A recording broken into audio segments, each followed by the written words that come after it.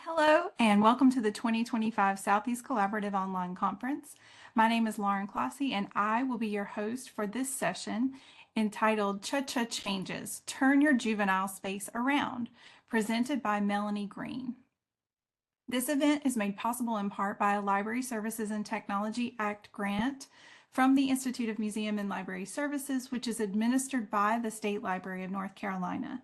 The views, findings, conclusions, or recommendations expressed in this presentation do not necessarily represent those of the Institute of Museum and Library Services or the State Libraries of North and South Carolina. Please feel free to ask questions or make comments in the chat and interact with other attendees and the speaker within the Whova app for this presentation. Thank you so much for being with us, and I'll pass it to you, Melanie. Hello, everyone. Thank you for joining my session. I am going to start my slides momentarily and turn my screen off, but I am here with you in the chat. So if you have any questions or comments as we go along, please feel free to start communicating with me. So let's start this. My presentation this year, I wanted to come and talk to you guys about some of the changes that we've done at my branch. Okay, before we get started with the details of my presentation, I just wanted to give you guys a brief intro about me. I always like to learn about people that are presenting, especially in library land. I have been a librarian, professional librarian for over 20 years. I absolutely love a good cardigan. I have them in every color. Our building can swing from 60 to 80 in a week, and I just love cardigans, just like most library people. I am a beach girl, a coffee addict. I'm a Navy brat. I have lived all over the world and settled here. I'm a wife and mom, and my free time when I'm not working in library land, I really love to knit and watch field hockey. I have been a manager of different branches and programs for over 18 years, and I am really passionate about public library work. And that is why I am here and excited to connect with you all today. So let's get started. I'm here today to talk about change and changes that we've made in our spaces in my building. And I just wanted to touch on change before we really dig into the changes that we've made. Is it easy? Not always. Is it worth doing? I say absolutely. And will it please everyone on your staff or your patrons? Never. Personally and professionally, I see change as both a challenge and a blessing. And I have worked in libraries long enough that I remember this old card catalog. Some of you may not, but it was still hanging around when I started. In 2020, pandemic closures impacted so many of us. It had drastically impacted our library operations, and we continue to grapple with societal and educational impacts from COVID. Personally, I was managing a cozy neighborhood 6,000 square foot branch, and it was closed, and I was reassigned for the majority of the pandemic operations. And I can honestly say that I expected to return to my normal branch life quickly when we closed the schools and city for quote unquote 2 weeks. And I just included two pictures from my old library because the people I worked with there had such a good sense of humor and just loved their work. And we had a great team assembled, and I absolutely grieved those changes. I really did not like being reassigned. But did I make peace with it and forge ahead? I did, because we really have no choice but forward when we have these major changes that have been thrust upon us. And I just wanted to include that song because this is youth services related and Juvenile Spaces, the Bear Went Over the Mountain song. We used to sing that all the time when I did story time. And it really, sometimes really the only way through situations, the only way is to go through it. So I have been through it and through some things in library land because of COVID. And now that we've come out of it, I'm at a different building. Following a staff retirement, I found myself in a new work environment in 2021. And I now manage a 36,000 square foot facility that has 2 floors, a maker studio, a local museum, and very active meeting rooms. I realize that many of our older libraries in the Southeast do not have this massive amount of space, but you can still apply some of these changes that I'm going to share with you all today to whatever size library that you're currently working in. Because I have been in small and large branches now, I can safely say that changes can be made in any sort of library environment. Some quick facts about the branch that I'm in now. It opened in 2008. It's a $10 million facility that included a 10,000 square foot children's library and learning center, a large teen area, 100 plus public computers, and a playscape for children ages birth to 3.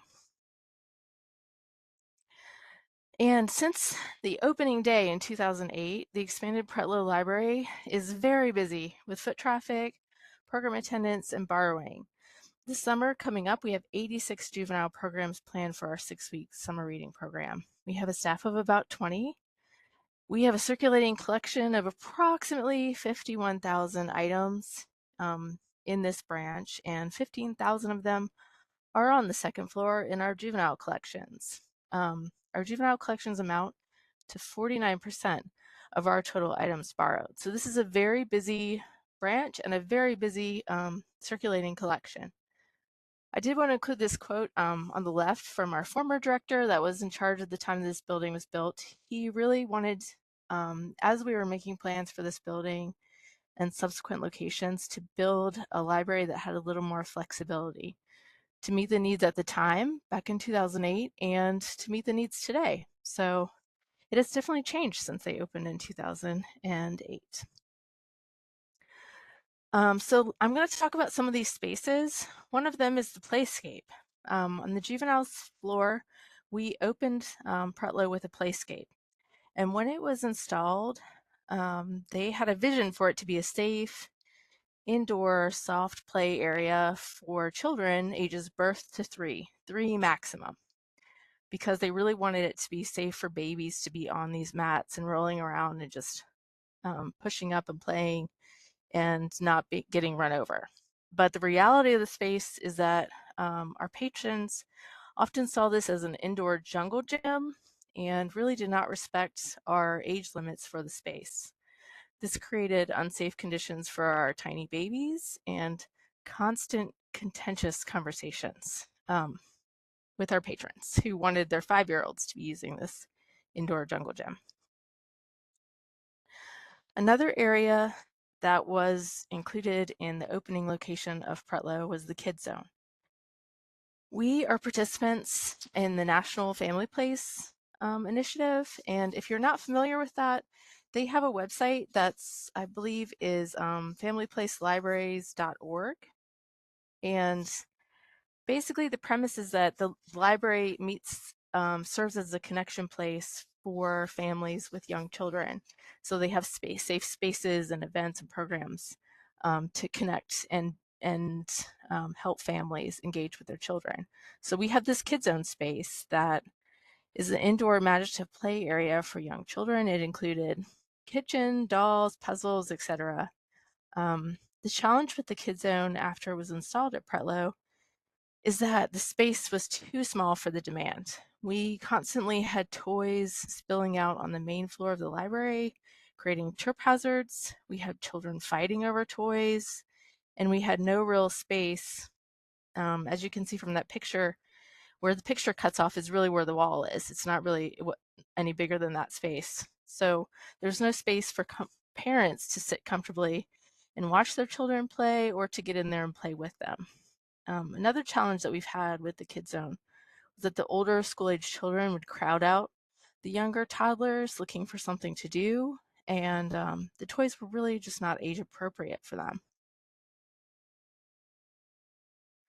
One of another challenges that we had in our space on the second floor, this is our picture book collection, and we had a lot of indoor running. We had lots and lots of running happening in our indoor spaces by glass, by stairs, by elevators, and our staff was really like a broken record of stop running please or walking feet friends. And we were having a lot of behavioral battles.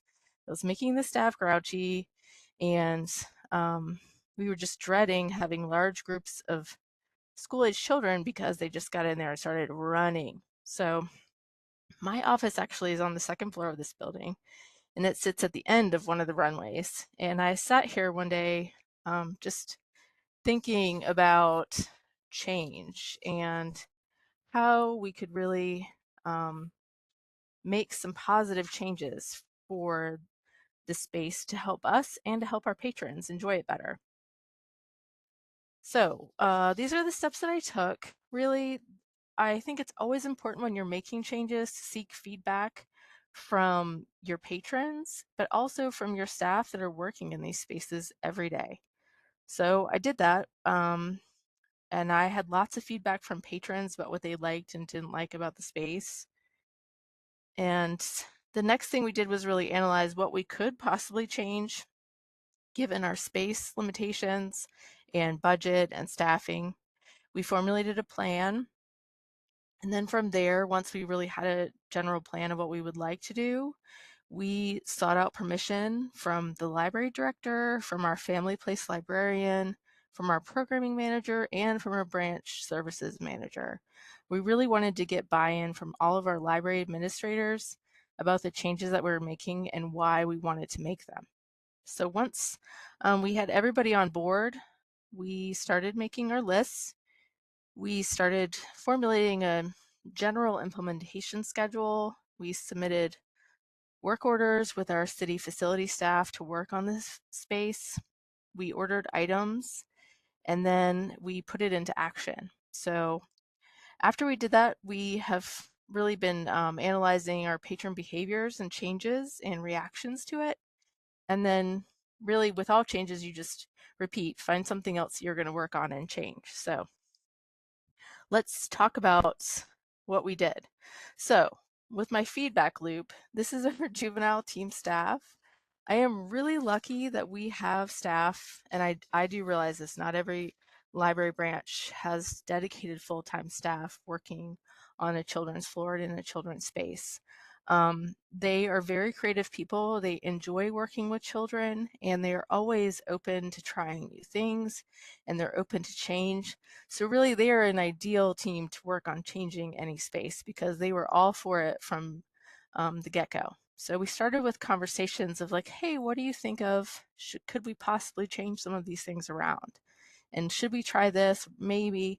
And then we started emails to really formalize some of the plans. And then we scheduled meetings because I really do think it's important to hash things out face to face sometimes so you're all on the same page before you proceed forward with projects. And then we sent follow-up emails about where everything was with ordering and planning. And they've been such a big help. So as you can see, um, the former space that was the playscape, we removed all of the soft toys out of that space and we made the former playscape into our new kid zone. And this more than doubled the space that we provided to families to be able to play and have this play environment. Um, our timeline was a few months. It took longer, of course, because it always takes longer when you're doing renovations and projects involving multiple departments and other city departments. And actually, when we opened up the space, we found some water damage from that window you can see in the photo. So that had to be addressed. So the project didn't operate necessarily on schedule, but we finished it just a little bit later than we thought. We installed new toys and activity features into the space that we were not able to fit in the smaller space across the floor that used to be our kid zone. And you can see from the photo that we installed some wall interactives as well, activity stations for the kids to play over there, which we did not have in our old kid zone.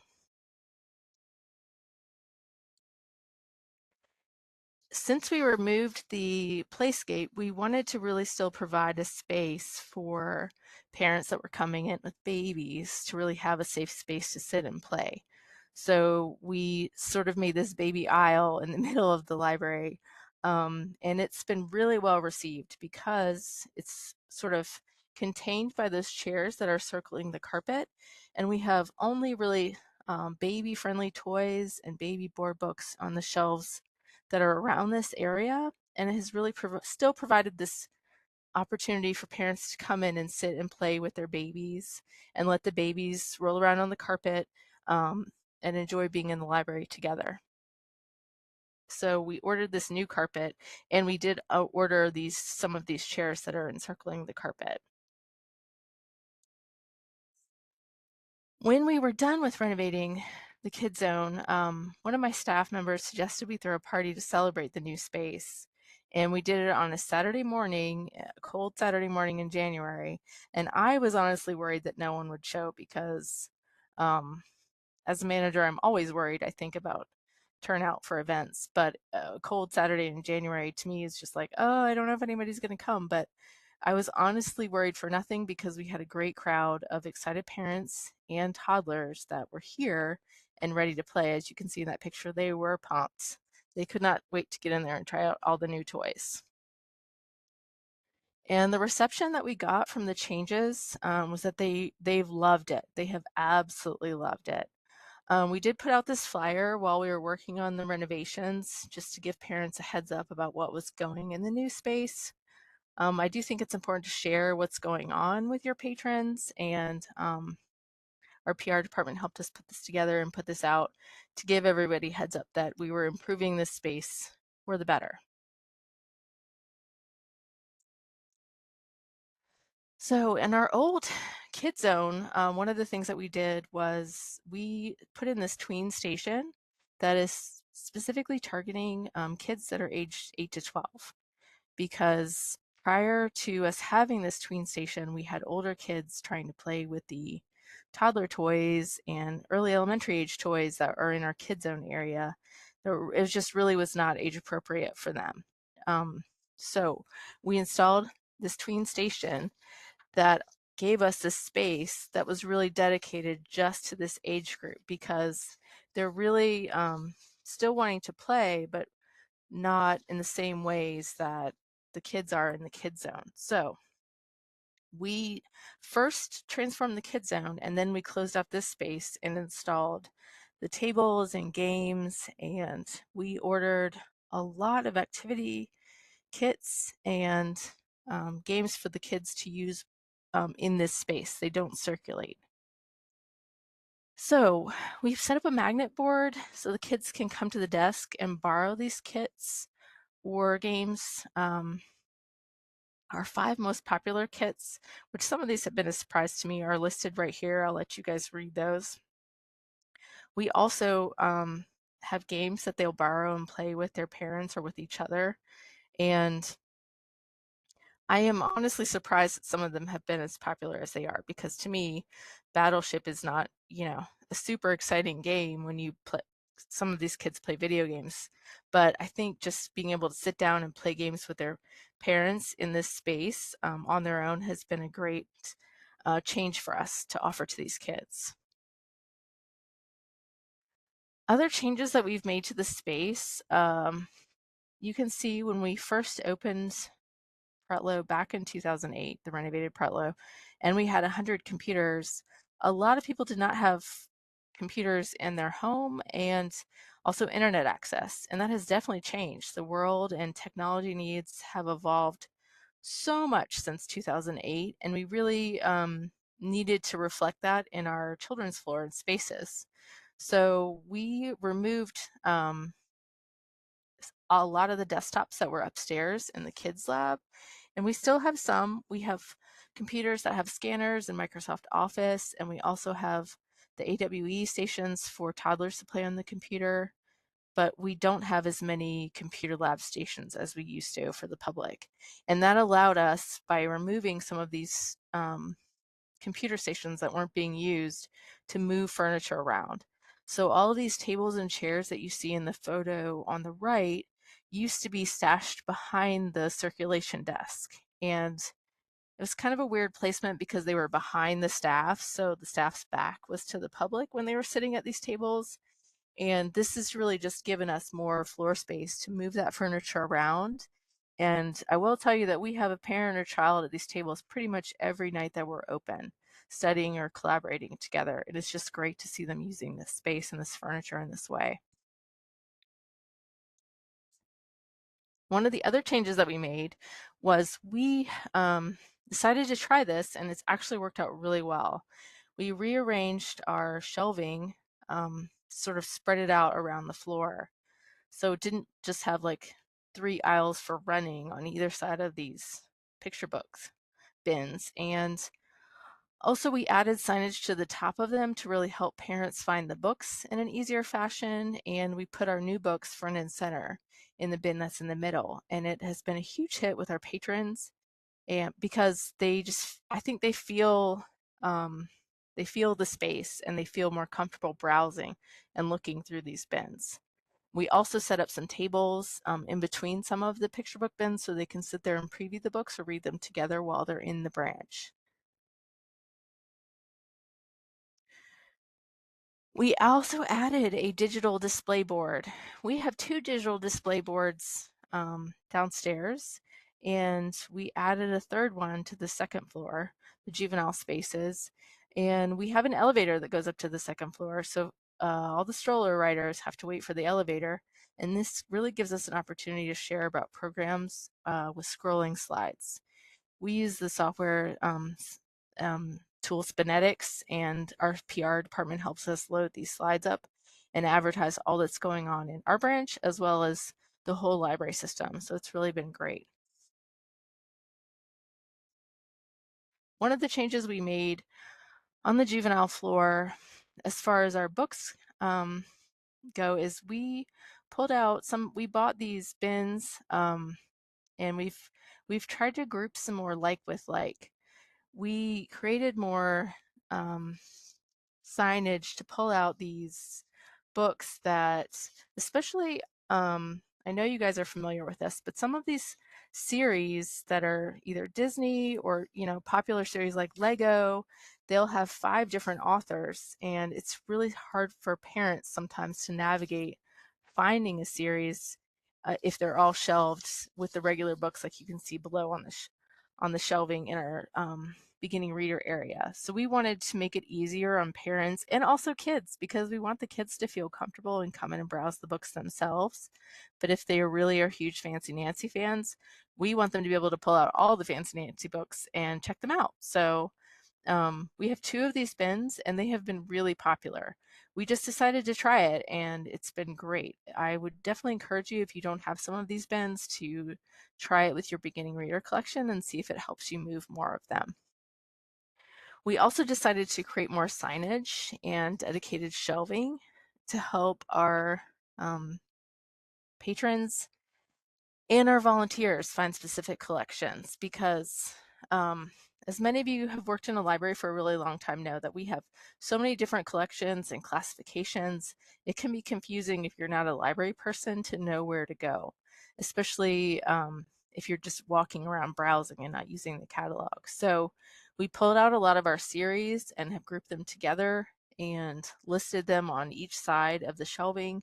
And we also have them marked on the shelf so that kids that really just want to find the I Survive series, they can go right to that on the shelf and pull them all out and borrow them. So I have noticed as I've been managing branches over the year that we have fewer parents that come in to browse for a really long time. A lot of our parents will just come in to grab and go. So if their child is reading the Harry Potter series, they'll come in and just grab the next book in the series and go. It's not so much of I don't think our patrons really browse as much as they used to. And I think that's just a cultural shift of we're all go, go, go and run in and do your errands. And I'm glad that they're coming in, but I think that some of our patrons are in much more of a rush to get in and out of the branch than they used to be.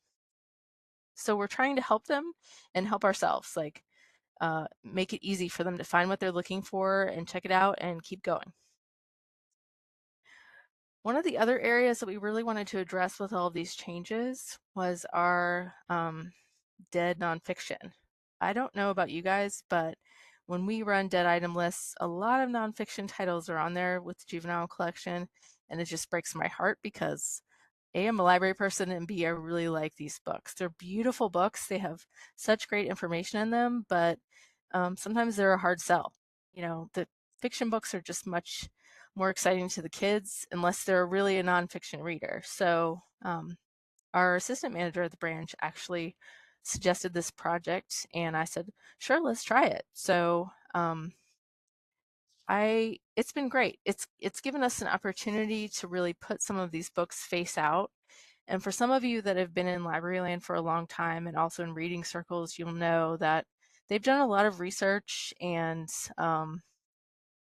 about how kids interact with books and reading, and face out really makes a huge difference. When you put books face out in a classroom, when you put books face out in a library and they can see those beautiful covers, the kids are drawn to them, when the parents are drawn to them, and they'll borrow them and take them home. So it's been helpful for us to see more interaction with our juvenile nonfiction shelving.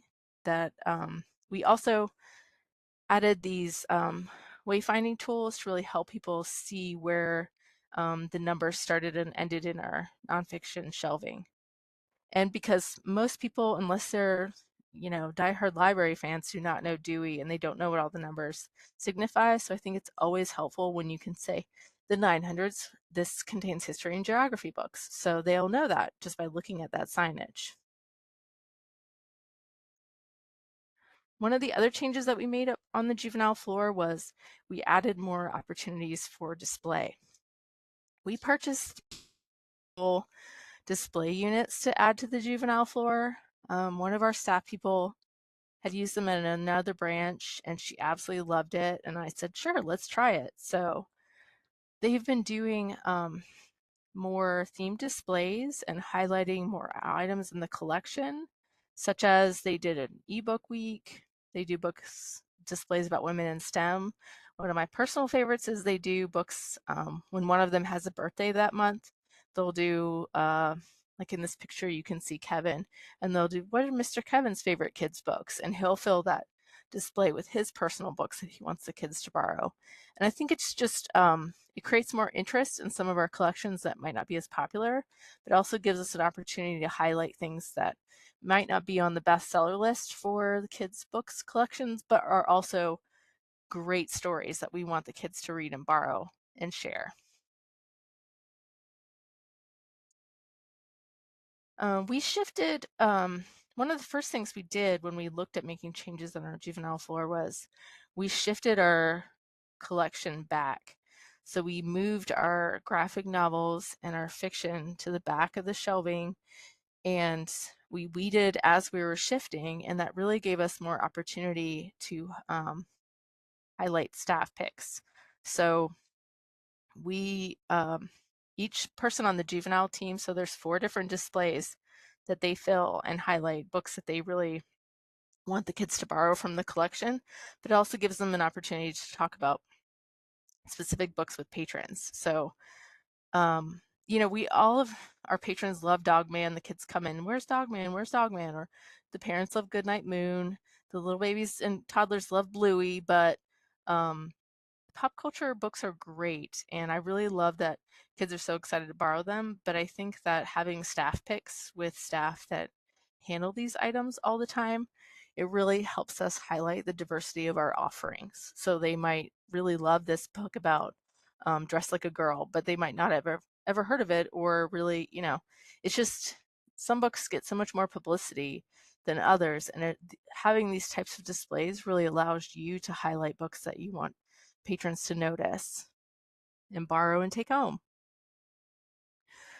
So I did want to talk about library burnout. Seeing all these changes, sometimes when I go to presentations, I think, oh gosh, I just don't even know where I would begin. Sometimes I get kind of cranky about limited budgets or staffing challenges, or sometimes if you don't have buy-in from your stakeholders of your library admin, it can be a real challenge. And I think sometimes I have felt all of these words all in the same workday. So please don't think, oh gosh, I could never, this is too much. I would encourage you to just, if you're thinking about making changes in your juvenile spaces in your branches, to start small. All of these changes occurred over several years, not in a single library operational year. I just really wanted to hop on this year and talk about them because we've seen so much positive come out of all these changes. And I also wanted to include in here that Rome wasn't built in a day. I know there's a lot of social media feed about how much people think about Rome, but really it's true. Start with something small. So what I wanted to challenge you all is, can you move a dead collection around?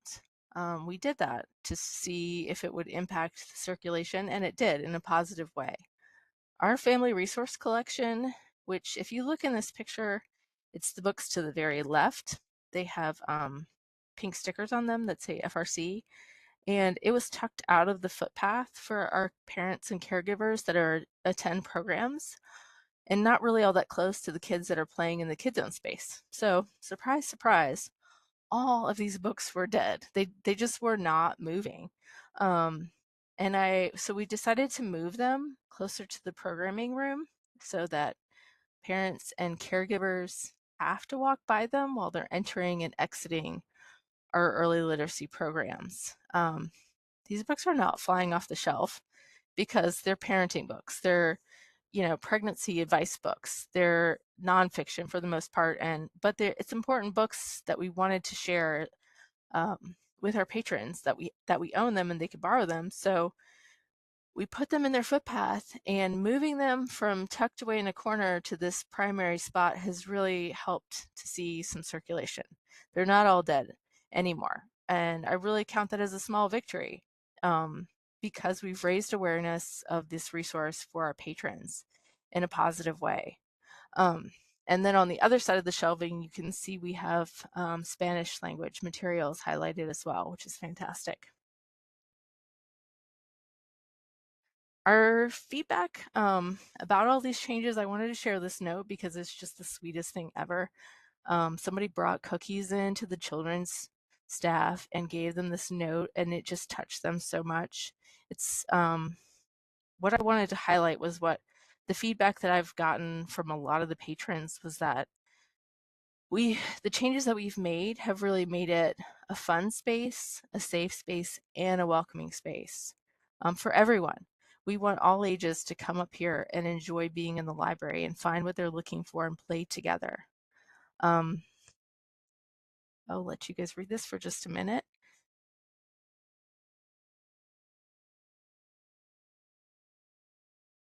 And then I wanted to end my talk by just encouraging you guys that you can create positive change and you can be a force for good. Really, don't be afraid to try and make some changes and see if they impact your library services for the positive, for the better, because really, this quote by Steve Jobs is so true that people who are crazy enough to think they can change the world are the ones who do. You can make small changes, you can make big changes, but um, don't be afraid to make changes for the better to help your staff and your patrons and your library community. And if you make changes, I would love to hear about it. Please email me. If you would like to know what materials we ordered for our Kids Zone or for the kits, please email me. I'm happy to share all that information. I just didn't want to dig too much into the minutia while we're talking about all these different changes that we've made. But I definitely wanted to hop on here to encourage you all to please don't be afraid to try some new things in your branch this coming year and see if you're happy with them. And if you're not, you can change it back. That's the great thing about making changes, is that it gives you the opportunity to just try new things and see if it makes it better. Thank you so much for joining me, and I hope you enjoy the rest of the conference.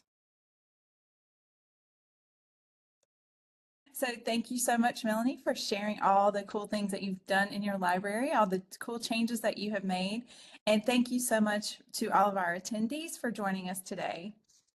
If you have any questions, again, you can contact Melanie on her via email, or you can ask questions or send comments through the Whova conference app.